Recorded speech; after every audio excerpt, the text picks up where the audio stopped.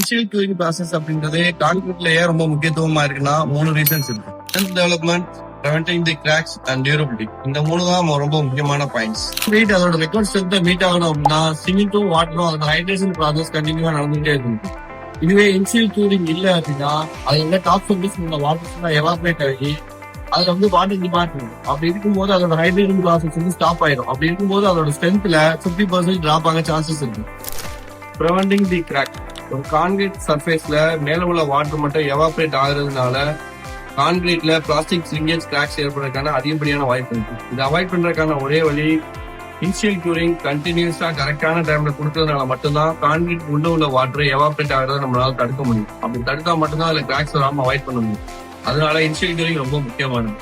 Durability, ஒரு கான்கிரீட்டுக்கு சரியான நேரத்துல சரியான அளவுலான கியூரிங் கொடுக்கறதுனால அந்த கான்கிரீட்டின் டாப் சர்ஃபேஸ் நல்ல ஹார்டனா இருக்கு. இந்த ஹார்டனா இருக்கிறதுனால அந்த டாப் சர்ஃபேஸ்ல இருந்து பவுடர் ஃபார்மேஷன் தவிர்க்கப்படுது.